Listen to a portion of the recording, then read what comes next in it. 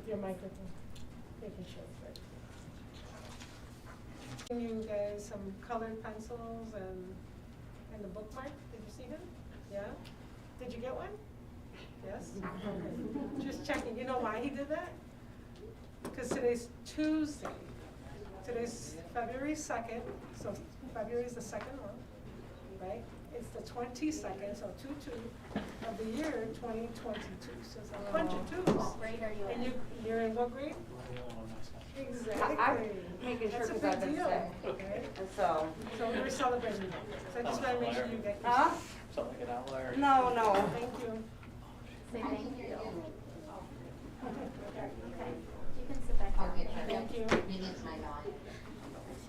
She's shy. Yep. She'll up. Yep. Please, this be, oh, no, Arnie?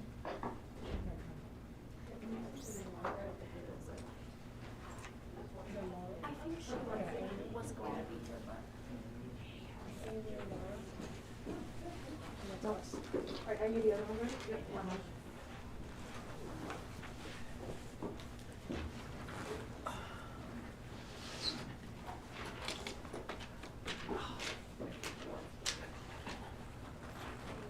Okay, we'll go ahead and open the meeting with roll call. Amanda Harness. Here. Anthony David. Present. Sarah Moses. Here. Ariel Owens. Jeremy Olson. Here. Stacey Ramirez. Present. David Seymour. Present. Go ahead and stand for the flag. I pledge allegiance to the flag of the United States of America and to the republic for which it stands, one nation, under God, indivisible, with liberty and justice for all.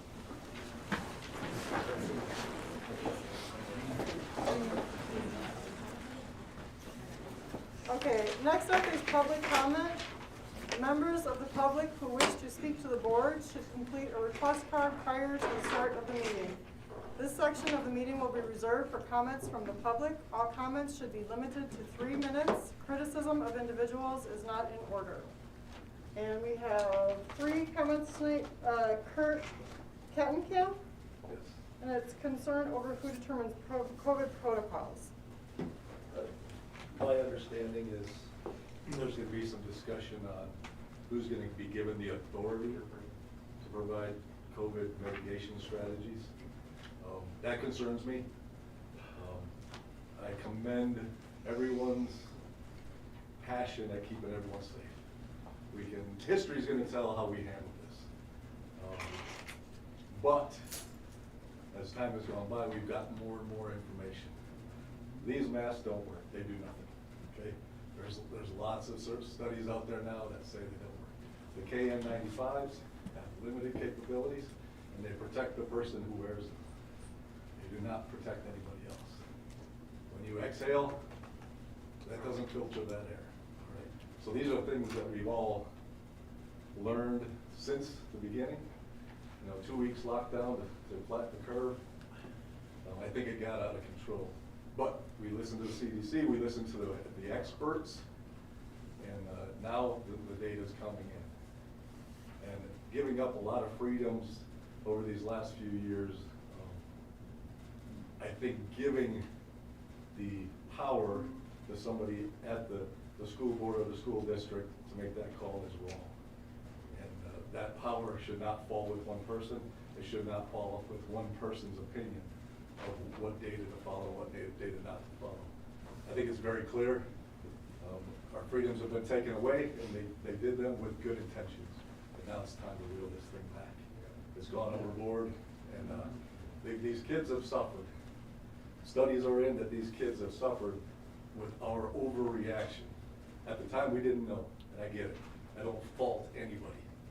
But now it's time. These kids have suffered, and it's time to unmask them, give them the freedom, and get their learning back on track. I have one point about emails to the school district. That seems to be a little bit slow, and you don't seem to get the answers. So I think there needs to be improvement in that area with communication. There's a lot of money that came to the school district. So if there are teachers that have issues, underlying health issues, and they're at danger with COVID, then I think you should give them the option to maybe do some things from home.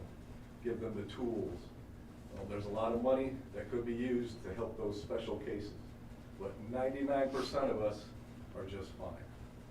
Thank you.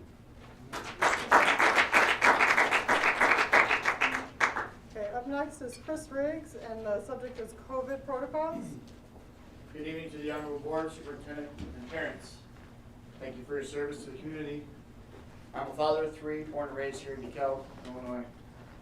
I'm a union bricklayer who built many amazing buildings in our area, including the DeKalb County Courthouse expansion and the DeKalb County Jail. I'm a former employee of the DeKalb County Drug Court Program, where I helped and started the first men's halfway house in our area. I have the honor and the privilege to work with those in addiction and in mental health. I am currently enrolled in Charis Bible College, where I'm seeking my pastoral degree. Freedom can only exist in a society of knowledge. Without learning, men are incapable of knowing their rights. Patriotism is as much a virtue as justice, and it is as necessary for the support of the societies as natural affection is for the support of families. Without virtue, there can be no liberty. Mothers and schools plant the seed on nearly all the good and evil which exist in this world. Controversy is only dreaded by the advocates of error. Medical freedom was put in the Constitution for the fact that they knew that a time will come when medicine will be organized into an undercover dictatorship to restrict the art of healing to one class of men and deny equal privileges to others. The Constitution of the Republic made a special privilege for medical freedoms as well as religious freedoms. It is time to give the parents their rights back. They know what's best for their children. Lies are nuking our world. People are destroyed by the lack of knowledge because they have rejected knowledge. For the school to mandate a child to quarantine is against their civil rights. For the school to say that a child cannot participate in education in person violates their due process rights. Children are drawn toward the classroom activities that are aligned with their stages of cognitive and emotional development. If we allow children to feel more comfortable in learning environments, we adults will also feel better and happier. Instead of having to worry about being thirsty or feeling emotionally drained, children will consistently have their needs met. Children will gain the opportunity to experience true, authentic learning with joy. This leads to a lifelong love of learning. I hope that we can raise awareness for subtle abuse and hidden suffering that occurs in schools every day. I have no greater joy than to hear my children walk in the truth. You guys know that we cannot test these kids in school. It is up to the parents, and they know what's best for their children. These parents have become wise to what their rights are, and they will fight for their children like you've never seen before. Right, parents? Thank you. God bless you. And please make the right decision. Okay, next up is Amanda Baldwin. Due process is the topic. Okay. I want to talk about due process because that's something that the term has been batted around, but it needs to be understood. Step one, the school contacts the parent about a contact quarantine. The parent can either consent or not consent. If the parent does not consent, the school cannot quarantine, period. It is the Department of Public Health. The county first issues a temporary quarantine, and then I think that's 48 hours. And then once that's done, it needs to be kicked back, and the IDPH has to get a court order to continue the quarantine.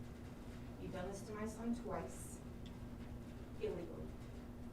And there's not gonna be a third time. That's it.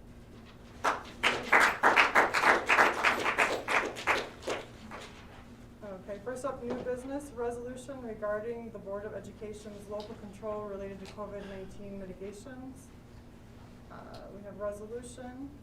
I have a ton of questions about this document, and I'm not able to ask anything, so I assume we're gonna open this up to discussion even though it just says vote.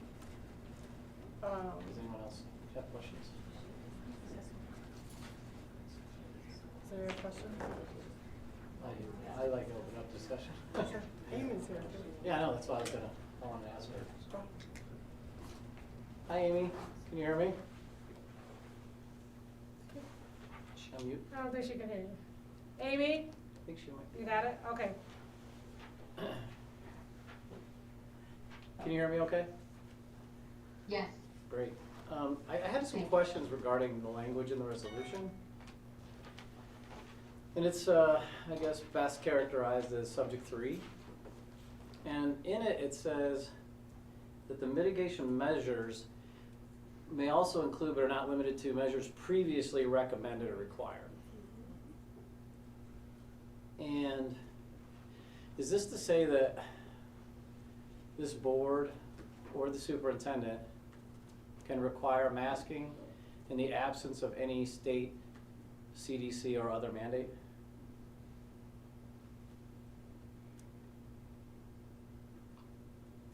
Is it that's your question to me, right, Jeremy? Correct. Yes.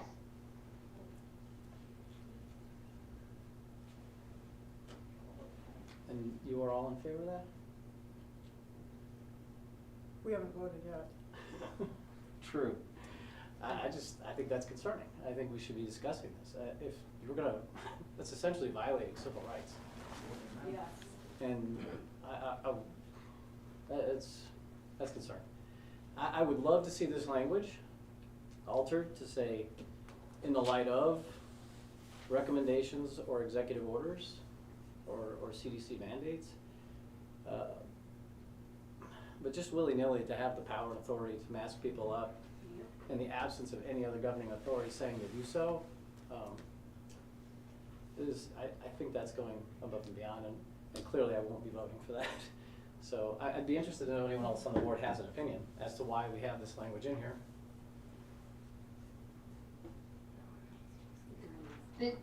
Jeremy, I'm not sure if you had a question to me, but just to clarify for you. Yeah. The reference is to the types of mitigations, right? So there could be any number of mitigations that maybe the board or the administration think unique to the district, or along the lines of the mitigations that had been utilized by those authorities referenced. It's not to say anything specific in terms of what would be implemented, but just by way of listing the possible measures that you may decide at some point as a district, based on numbers or in consultation with the health department, may deem appropriate.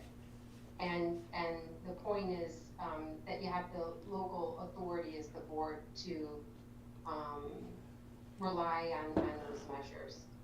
No, I understand the language perfectly. I guess my problem is why we put the language previously recommended as opposed to recommended. Yep. Or existing or current. Previously, that is not appropriate in my opinion. I'm wondering why that word made its way in there. Was that intentional or an oversight, or? You're talking about in the language itself a reference to previously? Correct. 'Cause I think In those other are words, not- right they're now, not- right? Those are not in place anymore, which I think is what the reference to previously is about. Correct, but it's somehow, I don't know if I'm getting my point across. So in essence, this document says is that our superintendent can wake up one day of her own accord and force everyone in the district to mask up with absolutely no mandate from the CDC, the Illinois Department of Health, the governor, or anyone else. We're giving ultimate authority to mask our children to our superintendent without even approval of the board, the way I'm reading this. That's what I'm trying to confirm, and my question is, why are we putting language in there that discusses previous actions taken, not current active actions taken by those authorities?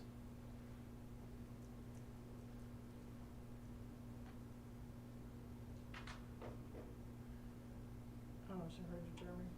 Yeah, I think she heard. Committee, do you guys understand where I'm going with this? Yes. Okay. I 100%, yeah. I'm just, Amy, am I too quiet? Are you not able to hear me? I can move closer. Or are you just not No. following me? No, I hear you. I guess I don't, it's not a question that you're necessarily posing to me. I think that's a question for you guys. Well, no, that you can but debate, but it's not a send a question you need me to answer. Well, I guess because you drafted the document, Amy, I'm curious if you put previously in there or if you were guided to do so. No, I put previously in, Jeremy, as a simple reference to the tools or things that had been, requirements, options, whatever, available tools for you to consider. That's it. Not any greater meaning or intent intended. Of course, and I don't believe that our superintendent would willy-nilly do any of those things without guidance from the state either. I'm merely pointing out the language certainly gives that measure an opportunity to happen. And if we're gonna write a legal document, I think it should be a little bit tighter in that regard. So, you know, I would think that what we would want to say in that area would be something like, you know, not limited to measures actively recommended by the governor's executive order, Illinois Department of Health, or Center of Disease Control, or State Board of Education, or of Health.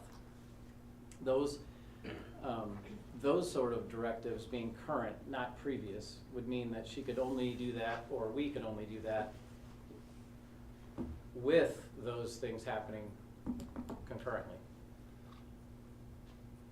It does say that we would work closely with the local Department of Public Health, because I think this is recognizing that statewide, the circumstances might not be the same, and so a statewide order is not necessarily what would be in place. But if we have local metrics that show we need to take more strict mitigations to protect our students and staff and our community, then we would have the power to do so. So I don't know that I've seen that. A county health department make some sort of a judgment without the state being behind it, and I think we would hear that from the state anyway. And again, in the absence of that, that is a ton of authority for this board, and I think you'd be inviting lawsuits the minute that we did something like that, if we ever did. And so why put ourselves in a position where that can happen? And in fact, this language alone invites that. So I don't understand why we would even think about putting something like that in place if there wasn't someone in the CDC or the Illinois Department of Health or you know, well, I can take both of those over the governor's office, but that aside, I don't understand that. Keep in mind, Jeremy, the CDC won't issue requirements, they will only ever issue guidelines or guidance. Exactly. So you're never gonna get an order from the CDC that a school district has to do X, Y, Z. They wouldn't have the authority to do that, they just make recommendations and have guidance. Right. This is the authority to put those requirements in place, is yours. It's the school board in conjunction with the administration. You don't have to wait nor have an order from the state or any other authority. It's something that you can decide as the local authority. Yeah, and what I'm saying is because this is a very individual and contentious topic, that us doing that in the absence of an authority like the state, or anyone else for that matter, because really there is no one else that we need to consult to do this, that to me is inappropriate at best. And that we should not have the autonomy as a board or as a superintendent, frankly, to tell people they need to mask their kids when no one else in the country is doing so.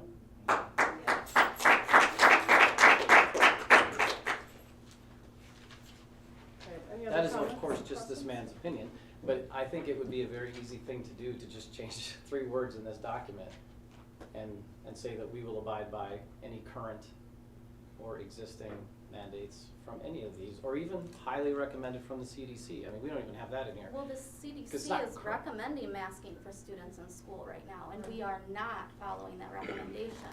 Fair enough. Fair enough. Which And we also put our mask I mandate also want to into be effect. clear that, to the point, Jeremy, you're making with language, you may not have a current state, right, authority, that you'd be implementing. The point of the law is to confirm that you have that authority to act. And so if you're limiting something to just what is a current order, that order may not exist. And the point is to confirm that you actually have that authority independent of any order. Yeah, I understand it. I'm just concerned about that level of authority, I guess, in the district. But we also required masking before the executive order. And I'm not saying Everyone I starts. agree with it.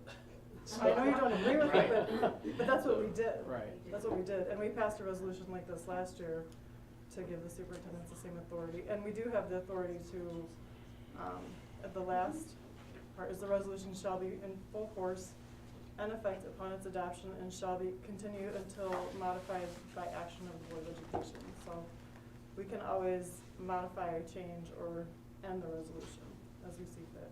Understood, understood. I, again, we can do whatever we wanna do. If you would choose to not have this amended, that's all your guys' option. I'm merely pointing out the language, what it says and what it means to the people in our community, because there's a bunch of people here right now that are interested, as am I. So, I think this gives us a little bit too much control, over things that, that frankly I don't think we should. And in the absence of some sort of executive order. So that's my 2 cents, and I will then table my comments. Okay, thank you. Anybody else have comments or questions? No? Okay. So I'll go ahead and read the resolution. The resolution states that in order to promote the health and safety of members of the DeKalb Community Unit School District 428 Board, school personnel, students, and school community, and help limit the spread of COVID-19, be it resolved by the Board of Education of DeKalb Community Unit School District 428, DeKalb County, Illinois, as follows. 1. The superintendent and designees are authorized and directed to develop and implement and enforce a COVID-19 mitigation plan with appropriate mitigation measures as deemed necessary and appropriate for the district. 2. The COVID-19 mitigation plan may address, and the superintendent and designees may enforce mitigation measures to include but not limited to A, mask requirements for students, staff, and visitors, B, vaccination requirements for staff, C, COVID-19 testing requirements for staff and students, and D, exclusion protocols for staff and students. 3, mitigation procedures may also include but are not limited to measures previously recommended or required by the governor's executive orders, the Illinois Department of Public Health, the Center for Disease Control, and the Illinois State Board of Education, such as mandatory masking, quarantine for close contacts, testing for unvaccinated staff and students, isolation for positive and symptomatic staff and students, hand washing, social distancing, etc. Mitigation measures also include those that may be recommended or required in the future. The administration will identify and use metrics in order to determine what mitigations will be in place at a given time and will work closely with the local Department of Public Health when making decisions regarding COVID-19 mitigation plan. Number 4, the superintendent and designees are hereby authorized to exclude staff, students, and visitors from school, including attending school in person or school activities as may be appropriate under the requirements of the COVID-19 mitigation plan. Number 5, the superintendent and designees are authorized and directed to make changes to the COVID-19 mitigation plan as appropriate. Upon making changes, the superintendent will notify the board president.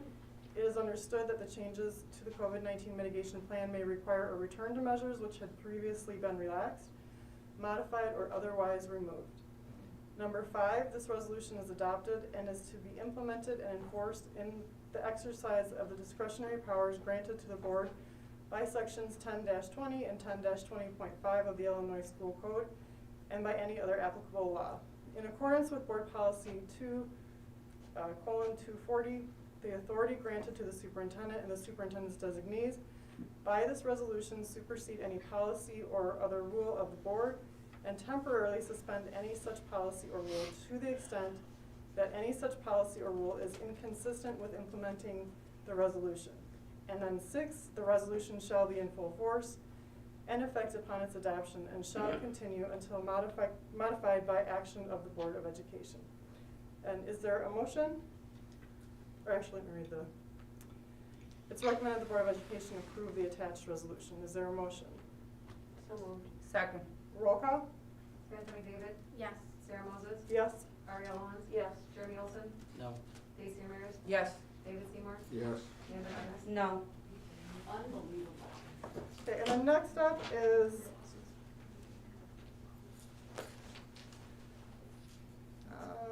B, to direct the superintendent and her designees to develop and implement a COVID mitigation plan. And it is recommended the Board of Education approve the superintendent and her designees to develop and implement a COVID-19 mitigation plan. Can I ask a quick question on that? Yep. Sorry. Sure. I know we adopted a plan with our previous superintendents. I didn't get a copy of the other one. What's the difference between that one and this one? I'm just curious. Well, this one we're directing them to develop it. But we had one already. This is a different one? Or we're altering it, or do we not have a plan before? I thought This is for them to continue to control the mitigation process and to develop a plan as moving forward, based on metrics. Working with the health department. Yeah. Okay. So we can create an off-ramp to mitigations, and then if we need to re-implement mitigations, that's what we'll be based on. But we have a mitigation plan currently, right? This is just a different one? I guess that's what I'm trying to figure out. Our Yeah, current I mean- mitigation plan followed the executive order. Right. Okay, so we're now gonna change that to something else, Well, there's no longer the executive order. right? But does that change what was in the plan?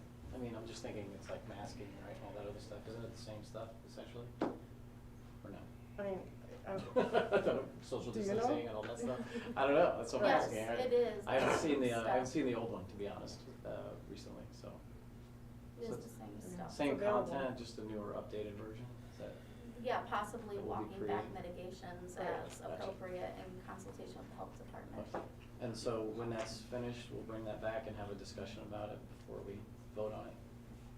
no. We won't have to vote on it. We won't have to vote on it. That's why we do this. Oh, This it's is the same just reason we did it gonna be- last year, so we don't have to come back every time there's a change. But of course, we can discuss it. Yeah, always. Okay, so, And we would know about it before. so I will it's- not see this until it exists and it's already been approved, because we just approved it. They're gonna create it. Right. But we would see it before it's communicated publicly so that we Right. can revise it as necessary. Okay. Thank you. No problem. It is recommended that the Board of Education approve the superintendent and her designees to develop and implement a COVID-19 mitigation plan. Is there a motion?